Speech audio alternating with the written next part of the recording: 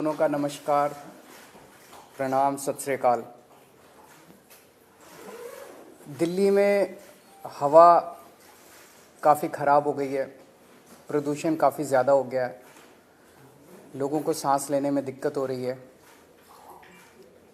इसके कई सारे पहलू हैं। मैं सबसे पहले आप लोगों के साथ शेयर करना चाहता हूं कि ये समस्या केवल दिल्ली की नहीं है, ये पूरे नॉर्दर्न इंडिया की समस्या है। पूरे उत्तर भारत में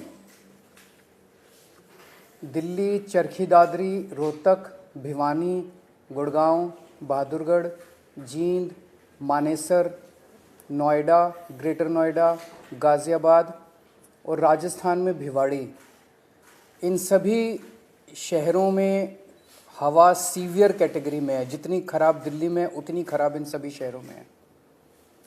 इसके अलावा धारूहेड़ा, कैथल, बल्लभगढ़, पानीपत, फरीदाबाद, सोनीपत, नारनौल, कुरुक्षेत्र, बागपत, मेरठ, कानपुर और बिहार में मोतिहारी, बेतिया, कटिहार, इनमें वेरी पुअर कैटेगरी में है।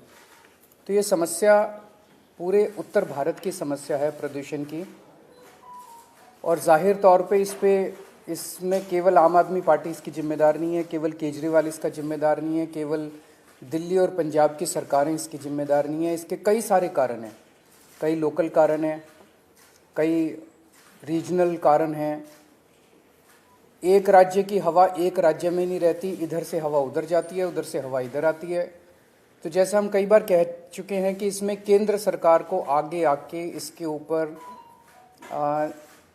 इसके ऊपर स्पेसिफिक कदम उठाने पड़ेंगे ताकि पूरे उत्तर भारत को प्रदूषण से बचाया जा सके। ये पूरे उत्तर भारत की समस्या है, पहली चीज़। दूसरी चीज़, पंजाब में और दिल्ली में हमारी सरकार है।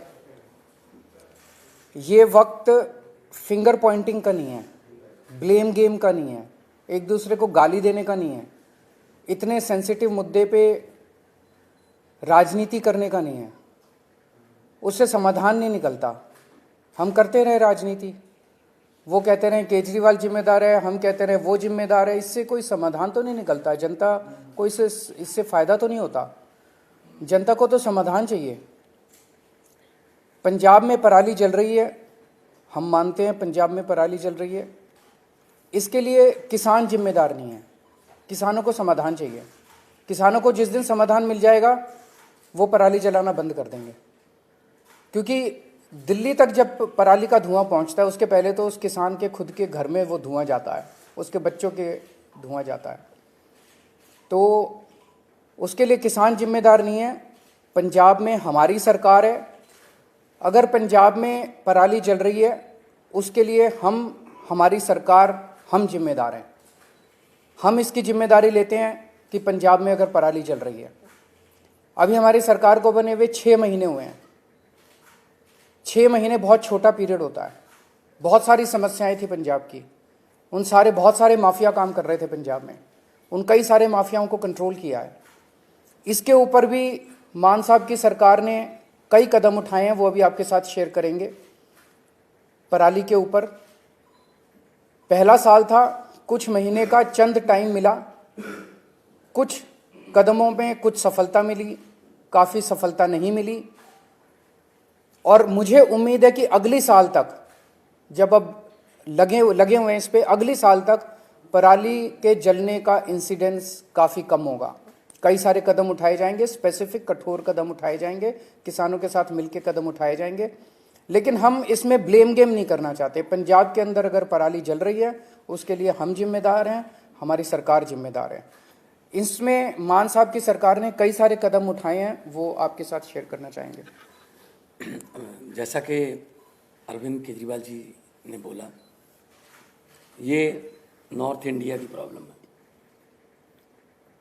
किसान खुद भी पराली नहीं जलानी चाहता, लेकिन क्योंकि अगली फसल और धान और गेहूं की फसल में सिर्फ और सिर्फ 10-12 दिन का गैप है, तो वो 10-12 दिन में अपने खेत से पराली को कहीं इधर उधर भी नहीं कर सकता, तो उसके पास माचिस की तीली है बस।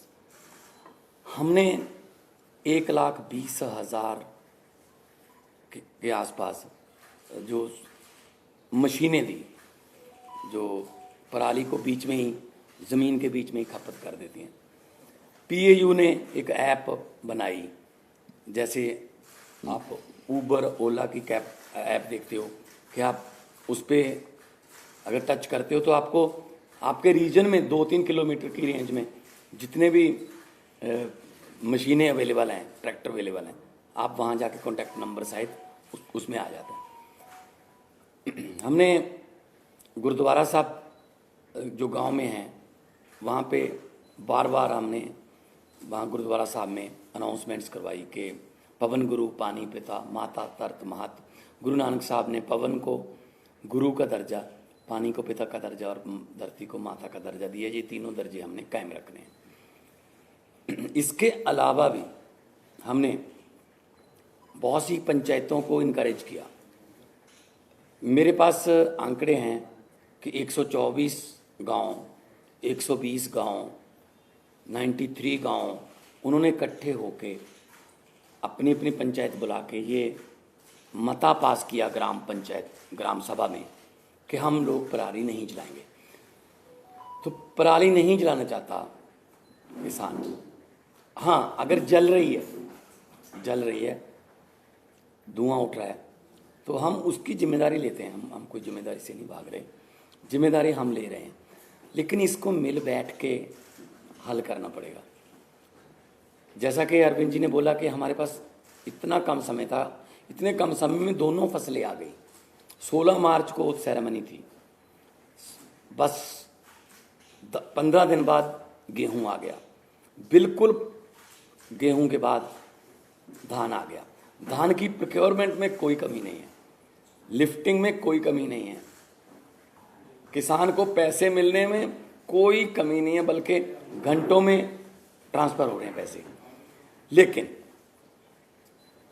अगर हम ये शान से कहते हैं कि इस साल पंजाब में, हरियाणा में या देश में इतने लाख मीट्रिक टन धान पैदा होगा, रिकॉर्ड टूट जाएंगे, तो हम उस बात को तो शान से कहते हैं। लेकिन हम उस समय ये भी हमें याद रखना चाहिए सरकारों को कि अगर धान के रिकॉर्ड टूट रहे हैं तो पराली के रिकॉर्ड भी टूटेंगे, उतनी पराली भी तो आएगी। तो हमने अभी क्योंकि समय कम था, फिर भी हमने बायो एनर्जी का इंडिया का पहला प्लांट, बर्बियो कंपनी है जर्मनी की, उलहरा काका के पास माननीय केंद्रीय मंत्री हरदीप पुरी जी वहाँ पे आए थे, उद्घाटन किया। वो एक प्लांट जो है 47,000 एकड़ की पराली उठा लेगा, पैसे भी देगा, उठा भी लेगा। एक प्लांट सिर्फ 47,000 एकड़, सिर्फ, क्योंकि पंजाब में 75 लाख एकड़ में धान की बुआई होती है। तो एक से तो काम नहीं चलेगा, ऐसी हमें पीसीओ कंपनियां चाहिए, पराली से बिजली बनाने वाली कंपनियां, पराली से सीएनजी बनाने वाली कंपनियां, बहुत कुछ लेटेस्ट आ गया। हम आपसे ये वादा करते हैं अगले साल नवंबर में इसी हॉल में शायद हम किसी और एंगल से बैठेंगे कि हम उस समय तक इसका हल कर चुके होंगे। चाहे तो हमें, पंजाब में इतनी फर्टाइल धरती है, कुछ भी बीज सकते हैं, बस एमएसपी मिल जाए। चाहे तो हम जो क्रॉप डाइवर्सिफिकेशन है उसकी तरफ जाएंगे, फसलों की अदला बदली में। धान से किसान भी कह रहा है मैं धान नहीं उगाना चाहता, मेरा पानी नीचे जा रहा है धरती वाला। तो जिम्मेदारी लेते हुए, being a head of the state Punjab, बहुत शहाद किया, बहुत एफर्ट अभी भी जारी हैं, जितनी देर तक ये क्लियर नहीं होता। लेकिन उसके लिए कोई एक जिम्मेदार आदमी नहीं है, उसमें ये नॉर्थ इंडिया की प्रॉब्लम है। और अगले साल तक हमने अभी से लग गए हैं कि अगले साल बहुत सा एरिया, बहुत, अभी मैंने 75 लाख एकड़ बोला है, 35 लाख एकड़ में पराली नहीं जलती, सिर्फ 40 लाख एकड़ में जलती है। 40 लाख एकड़ को भी हम कोशिश करेंगे कि कहीं और किसी और फसल का बदलाव हो जाए, किसान को उतना ही पैसे जितना धान बीज कर 1 एकड़ से उसकी कमाई होती है किसी और फसल से हो जाए, चाहे तो वो सरसों हो, चाहे बाजरा हो, सूरजमुखी हो, पॉपुलर हो, सब्जियां हों, लेकिन मार्केटिंग चाहिए। तो इसके लिए हमने अभी से काम शुरू कर दिया। तो मैं एक बार फिर ये कहना चाहता हूँ कि सेंटर सरकार को मिलकर बैठना चाहिए।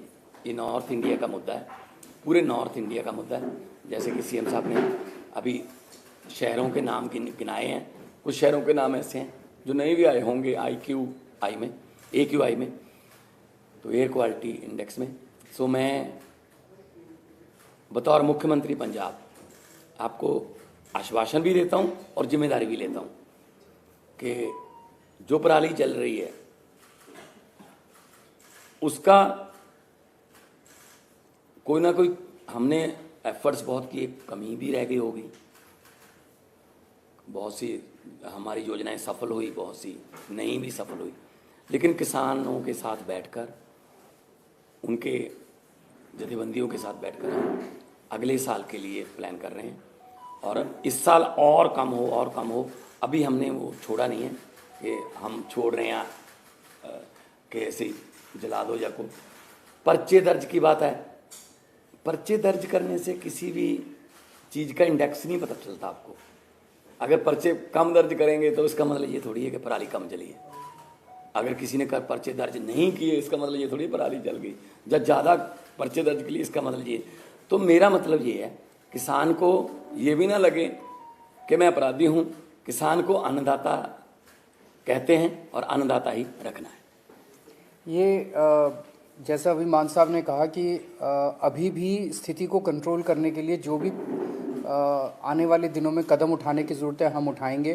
तो दिल्ली में कल से हम प्राइमरी स्कूल्स बंद कर रहे हैं, प्राइमरी क्लासेस बंद कर रहे हैं जब तक स्थिति में सुधार नहीं हो जाता। और ऑड इवन के ऊपर विचार चल रहा है कि ऑड इवन करने की ज़रूरत है, अगर ज़रूरत होगी तो ऑड इवन को लागू किया जाएगा। आज सुबह मैं देख रहा था, आदेश गुप्ता जी कह रहे थे कि वो एक दादा के नाते बोल रहे हैं और उनका जो पोता है उसे दिक्कत हो रही है। मैं उन्हें भरोसा दिलाना चाहता हूँ आदेश गुप्ता जी कि आपका पोता मेरा भी पोता है, और भरोसा रखिए कि हम पूरी कोशिश करेंगे, मिल के कोशिश करेंगे कि किसी भी बच्चे को किसी भी तरह की तकलीफ़ नहीं होनी चाहिए, उसके स्वास्थ्य से संबंधित, उसकी ज़िंदगी से संबंधित। अगर कोई क्वेश्चंस हैं एक दो तो। जो मान साहब ने कहा जो पराली को लेकर इस पे सवाल उठ रहे थे कि जो केंद्र सरकार से आप लोग को कह रहे थे जो प्रस्ताव भेजा था वो नहीं माना गया, उस समय उसके बावजूद कोई और कदम जो आप लोग उठा सकते थे? नहीं, देखो 2 प्रस्ताव हमने भेजे थे। एक तो था कि 1500 आप दे दो, 500 दिल्ली गवर्नमेंट से ले लेंगे, 500 हम दे देंगे, 2500 रुपये पर एकड़ अगर उसको मिल जाएगा, वो दिहाड़ी वगैरह पे उसका खर्च होगा 1000 के आसपास, वो पराली को एक जगह पे रख लेगा, निकाल के अपनी फसल वो गेहूं की बीज देगा। लेकिन वो प्रस्ताव माना नहीं है। फिर हमने कहा कि बहुत सी कंपनियां ऐसी हैं जो पराली से बिजली बनाना चाहती हैं, बायोगैस बनाना चाहती हैं, उनके लिए फेडरल गवर्नमेंट से, सेंट्रल गवर्नमेंट से हमें परमिशन चाहिए थी, वो भी इतनी जल्दी में हो नहीं पाई। अभी भी हम कोशिश कर रहे हैं दोबारा कि चलो ये सीज़न हो गया तो अगला सीज़न तक तो कम से कम कर लें। तो हमारी तरफ से 1,20,000 हैप्पी सीडर्स बोलते हैं उसको, वो मशीनें चल रही हैं। मशीनों की अवेलेबिलिटी की कोई प्रॉब्लम नहीं है।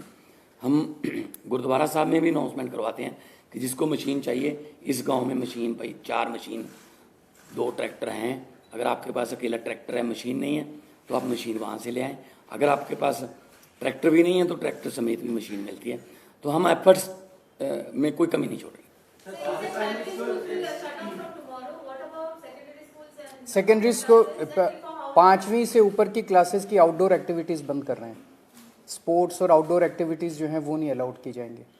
सर, आप एनसीआर की बात कर रहे थे। एनसीआर नहीं, पूरे नॉर्दर्न इंडिया की। हरियाणा में खास करके पूरा सोनीपत से लेके पानीपत, करनाल तक दिल्ली जैसे हालात हैं, स्मॉग है, लेकिन वहां पे वो मेजर्स लेते हुए नहीं दिख रही है सरकार, चाहे वो स्मॉग गन्स हो या फिर कंस्ट्रक्शन के लिए तमाम जो एहतियात दिल्ली में बरते जा रहे हैं। Do you think that there is an urgent need for the centre to call a joint meeting? मैं वही बार बार कह रहा हूँ, दो चीज़ों की ज़रूरत है। केंद्र सरकार अब पीछे नहीं रह सकती, केंद्र सरकार को इसका नेतृत्व करना पड़ेगा। केंद्र सरकार को बिहार तक प्रॉब्लम है, राजस्थान तक प्रॉब्लम है। राजस्थान के भिवाड़ी ज़िले में आज सीवियर कैटेगरी का पॉल्यूशन है।